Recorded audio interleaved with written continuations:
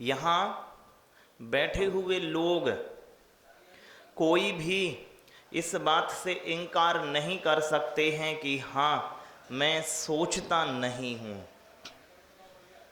मैं सोचता नहीं हूँ, कोई इस बात से इनकार नहीं कर सकता है। सभी इस बात की स्वीकृति देंगे कि हाँ हम सोचते हैं। क्या सोचते हैं इससे फर्क नहीं पड़ता आरंभिक चरण में, हाँ लेकिन मैं सोचता हूँ, इसे सब स्वीकृति देंगे।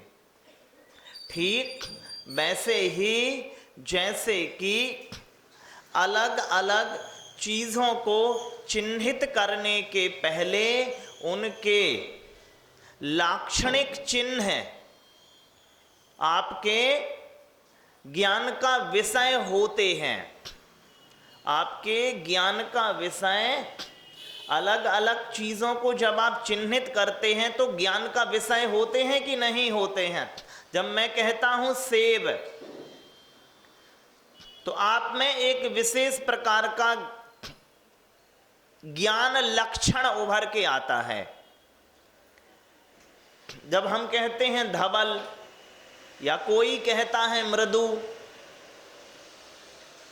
जब आप कहते हैं जिनेंद्र, तो आप में वस्तुतः आत्माओं के दर्शक तो कभी हम हुए नहीं। जो भगवान जिनेंद्र की आत्माएं हैं उनके दर्शक तो हम हुए नहीं कभी। तो फिर किन आधारों पे हमने ये माना कि हाँ ये जिनेंद्र, लाक्षणिक चिन्हों के आधार पे। क्या अब मैं आपसे कहूं एक स्वस्थ व्यक्ति कौन है, तो आप क्या तय करोगे? उसके लाक्षणिक चिन्ह ही के आधार पे तो तय करोगे। मां, अब मैं आपसे पूछूं, हाँ आपने बहुत बेहतर स्पीच दी, तो बेहतर संभाषण किया या आपने बेहतर भाषण किया, तो इसके लाक्षणिक चिन्ह क्या हैं? सभा बहुत शांत थी, पूरा ध्यान आपकी ओर बटा रहा और संप्रेषण ऐसा हो रहा था कि मानो वे आपके वचनानुरूप ही परिवर्तित हो रहे हैं भावात्मक स्थितियों में। और बाद जब आप जाने लगे समापन को, तो उन्होंने इतनी तालियां पीटी, इतनी तालियां पीटी, बहुत ज्यादा। तो लाक्षणिक चिन्ह हो गए वे। अब हम सभी ये देखते हैं कि हम सोच रहे हैं, तो आचार्य महाराज साहब कहते हैं कि जो आपका सोचना है, जो आपकी विचार धर्मिता है, वो आपके होने का लक्षण है। क्या है सूत्र आज का? क्या है महाराज साहब? उपयोगो लक्षणम। क्या है बाबूजी? उपयोगो लक्षणम। देखिए, एक मां का लड़का खो जावे तो वो 24 घंटे वे सब काम करती है जो लड़का खोने के पहले करती थी, लेकिन अब उसके ज्ञान में क्या बना हुआ है? 24 घंटे। एक विद्यार्थी परीक्षा की दिशा में आगे जा रहा है, वे हर काम कर रहा है जो वो पहले करता था, लेकिन अब उसके ज्ञान में सबलता से क्या बना हुआ है? व्यापारी है। गर्मी आ गए हैं, सीजन चल रहा है जब आप कहते हो, तो क्या पूर्व पर्याय के 2 महीने पहले के जो भी आप गतिविधियां कर रहे थे वे नहीं कर रहे हो? अब सब कुछ वे ही तो कर रहे हो, लेकिन आपके मस्तिष्क में क्या बना हुआ है? सीजन चल रहा है। एक चालक है और 120 की रफ्तार से जा रहा, वो आपसे अथवा अपने स्वामी से बातचीत भी कर रहा, अगर वो कुछ मांग रहे हैं तो वो भी दे रहा है, लेकिन ज्ञान में क्या बना हुआ है? तभी तो बेहतर। अब हम अपने को देखें, जब भगवान कहते हैं कि तुम्हारा उपयोग ही तुम्हारा लक्षण है, मेरी पहचान है बाबूजी मेरे ज्ञान से। और दर्शन भी ले लेना, क्योंकि दर्शन तो एक समय का होता है। तो मेरे, और लंबी चलती हैं ज्ञान की पर्यायें, तो मेरा ज्ञान जो है वो मेरे होने का लक्षण है। तो मैं कैसा हूं, जैसे मेरे ज्ञान की पर्यायें हैं। भाभी माँ, आपके ज्ञान की पर्याय जैसी हैं, आपके समझ का जो क्षेत्र है, जो स्तर है, आपके समझ के जो बिंदु हैं, आप वैसे ही हो। मैं सिद्ध हूं, मैं बुद्ध हूं, मैं निरंजन हूं, ये तो उनके ही लिए है जिनके ज्ञान में ऐसा है। और जिनके ज्ञान में ऐसा नहीं है, उनके लिए भगवान कहेंगे सुनो, तुम होगे ऐसे, अभी नहीं हो। क्या होगे? निश्चित होगे, क्योंकि वो आपकी बनावट में सम्मिलित है। सिद्धपना, शुद्धपना, शून्यपना हम सभी की बनावट में सम्मिलित है कि नहीं है? मिट्टी के ढेरे में सम्मिलित है उसका घट हो जाना और उसका पट हो जाना। मिट्टी के पद दलित जो है, पद दलित जो माटी है, उस माटी में डॉक्टर चाचा कौन सा स्वरूप सम्मिलित नहीं है संसार का? बताइए।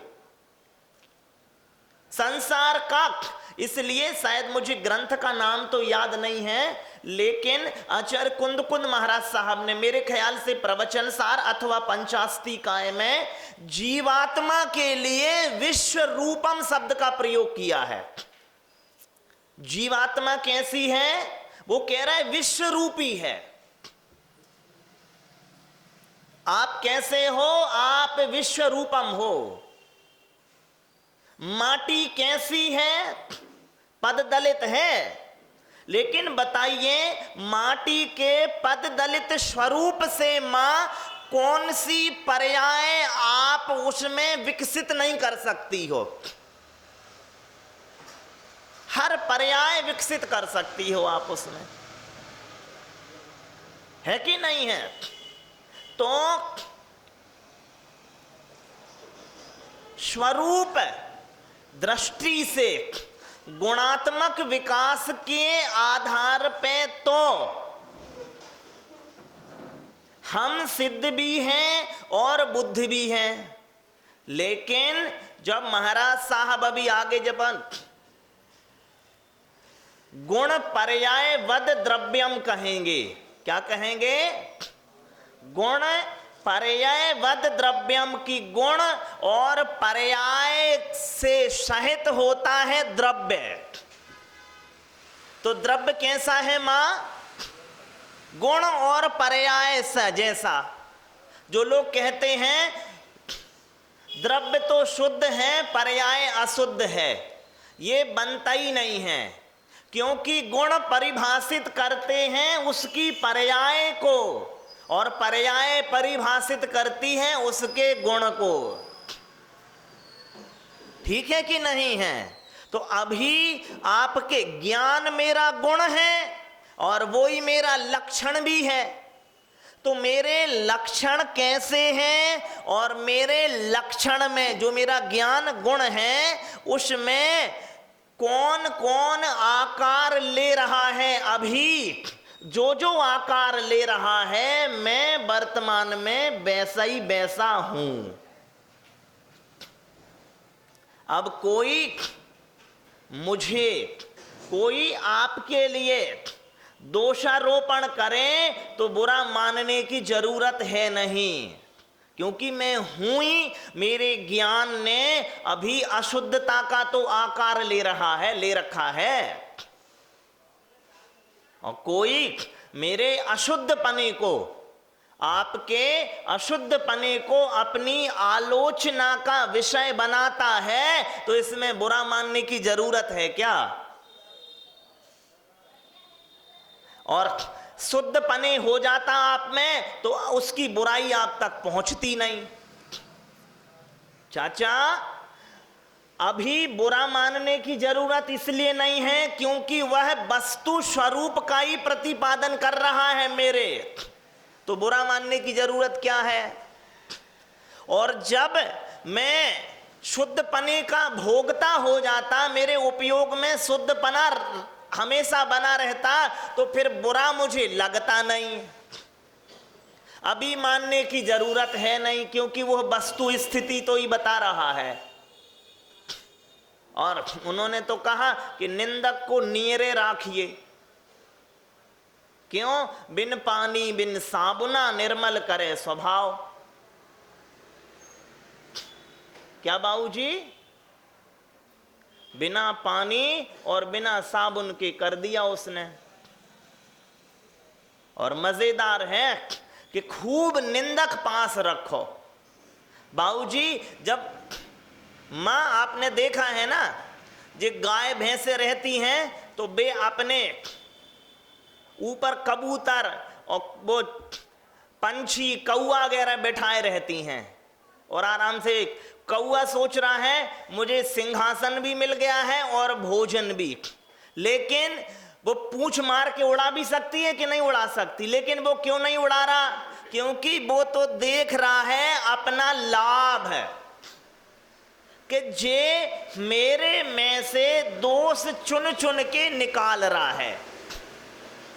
अगर वे दोष जिसे वो चुन रहा है, कौआ वगैरह, वे बने रह जाएं तो उसमें भयंकर बीमारियां पनपे कि नहीं पनपे। तो इन्हें तो, और मां देखो, जब सारे इतने निंदक इकट्ठे हो जाएं और जब वे सब चुन चुन के, क्योंकि वो चुनेंगे क्या? विभाव। वे किसको विषय बनाएंगे? जो आपके ज्ञान लक्षण के योग्य है नहीं, उसी को तो विषय बनाएंगे ना। तो उन्हें कहो, आपको तो निमंत्रण देना चाहिए कि भैया आओ और विषय बनाओ कि मेरे में से दोष निकालो। जब सब निकल जाएंगे तो वे बचेंगे जो गुण हैं, क्योंकि सद्गुण को कोई चाहते हुए भी नहीं निकाल पाएगा। चाचा, जब कोई भी नई पुस्तक प्रकाशित होती है किसी की भी, तो वे भेजते हैं उस विद्या के सबसे बड़े आलोचकों को। आपने देख, बहुत बड़े भी अभी शरीर पूरा हुआ है मेरे ख्याल से, नामवर सिंह, वे हिंदी साहित्य के बहुत बड़े आलोचक थे। तो लोग चाहते थे कि मेरी किताब प्रकाशित हो और एक बार जे आदमी देख ले। क्यों? उसकी प्रामाणिकता बढ़ गई कि इतने बड़े आलोचक के हाथ में से जे किताब गुजर गई है। नहीं तो आलोचक तो माने जाते हैं अच्छे की पर्याय के रूप में। अरे मेरी समीक्षा जानते हो किसने की है? तो बे आपका स्टेटस बढ़ जाता है कि नहीं बढ़ जाता है? अब आप देखो, आपके आलोचक आपके उन्हीं लक्षणों को तो विषय बनाएंगे जो विभाव से जुड़े हुए हैं, और वे बनाते हैं तो आप उन पर खींचते हो कि जे ऐसा क्यों कहते हैं। वे कहते, सुनो भैया, अगर कमी ना होती तो उंगली रखने की जगह ना होती। मैं इसलिए ही तो उंगली टिका रहा हूं क्योंकि कमी है आपके ज्ञान में। आपका मेरा लक्षण क्या है? उपयोग है ना। और मेरे उपयोग में जो विभाव बन रहा है उन्हीं विभावों के आधार पे तो आपकी आलोचना प्रति आलोचना हो रही है संसार में, और उसी के आधार पे आप बुरा मान जाते हो। आप उनको, मुनि बड़े महाराज साहब बहुत अच्छी बात कहते हैं, जब भी कहीं जिस मान लो 10 दिन का 20 दिन का प्रवास रहा तो जाते समय कहते हैं, पहले भी कह देते हैं कि सुनो भैया, अपनी 2 आंखें आप 1000 को देखती हो और आप 1000 की 2000 आंखें मुझ अकेले को, तो मेरा दोष दिखे तो बता दियो अकेले में, और आगमानुकूल हो, मनमाना नहीं।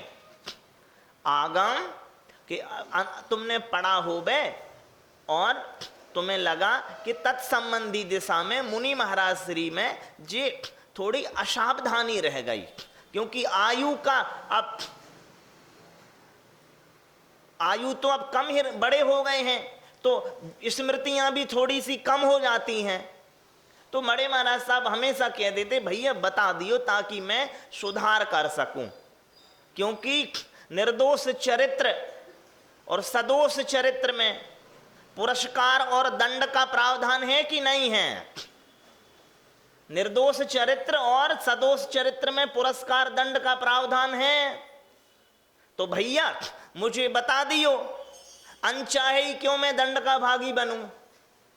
तो हमारे लिए तो आप सबको तो निवेदन भी करना पड़ रहा है, और वो लोग खूब बता रहे हैं, तो उनको अच्छे अर्थ में लें। क्या लें?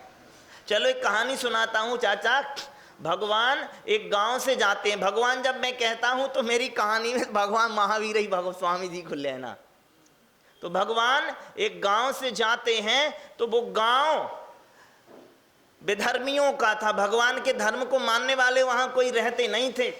तो एक युवक जो श्रमणों से विद्वेष करता था, वो भगवान को देखा और गालियां देने लगा भयंकर। तो भगवान वहीं ठहर गए। उसने घंटा गालियां दी और थक गया। तो भगवान शांत हुआ, तो भगवान ने सोचा अब चले, और वे फिर आगे जाने लगे। तो उसने हिम्मत जुटा के फिर देना शुरू कर दिया। भगवान फिर ठहर गए, बामुश्किल 10-15 मिनट और दे पाया होगा, फिर शांत हो गया।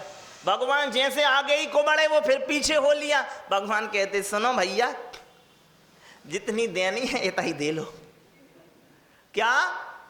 जितनी देनी हो इतना ही। अगर तुम पीछे पीछे अगले गांव तक आ गए, और अगले गांव में मेरे मानने वाले रहते हैं, और तुमने उनके सामने गालियां दी, तो वे तुम्हें कष्ट पहुंचाएंगे, और मैं नहीं चाहता कि तुम मेरी वजह से कष्ट पाओ। तो भगवान पूछ रहे, हिम्मत तो हार ही गया था, भगवान पूछ रहे उससे कि बताओ मैं रुकूं कि जाऊं? क्या पूछ रहे? भैया बताओ मैं रुकूं कि जाऊं? वो कह रहा अब और शर्मिंदा मत करो मुझे। तो आप ऐसे तरकीब ढूंढो कि जैसे भी हो अपना उज्जवल चरित्र बना है, तो खूब सारी तरकीबें बनाए रखो और इनको इकट्ठे कर रखो कि भैया चाचा संगोष्ठी बुलवाओ आप आई, कि भैया अपनी आलोचना, आप आलोचना का विषय मुझे बनाओ आप, और खूब कमियां निकालो। तो पाएंगे जो चरित्र लग रहे थे कि ये दागधार नहीं है, लोगों से पूछो वे कहेंगे चाचा दूसरी सीट लाओ, एक तो भर गई है। क्योंकि हम पूछते नहीं है ना, और वे ये तो मानेंगे क्योंकि छठवें गुण स्थान के पहले पहले तक, जैसे अपन प्रमत्त दशा कहते हैं ना, छठवें गुण स्थान को भी प्रमत्त दशा कहते नहीं कहते हैं, तो प्रमात बशात मेरे ज्ञान में वो चीजें विषय बन रही हैं जो बननी नहीं चाहिए। तो ये सब लोग मिलके आपकी शुद्धिकरण कर देंगे खूब अच्छे से। तो इनको तो आप धन्यवाद दो कि शुद्धिकरण आपने किया और कर रहे हो। तो उपयोग जो है वो मेरे लक्षण हैं। तो आप देखें आपके उपयोग में क्या बन रहा है। जो आपके उपयोग में अभी बन रहा है आप बोई हो, और शुद्ध बुद्धपना तो है वो द्रव्य दृष्टि से है। आपकी पर्याय में क्या बन रहा है आप उसको अभी देखो। और महाराज साहब जैसे कहते हैं गुण पर्याय व द्रव्यम, कि आपके गुण और आपकी पर्याय आपके द्रव्य को परिभाषित करती हैं। तो आप देख लो आपके वर्तमान गुण क्या हैं और आपकी वर्तमान क्या है, पर्याय क्या है, तो आप निष्कर्ष निकाल लो कि वैसा ही आपका द्रव्य है।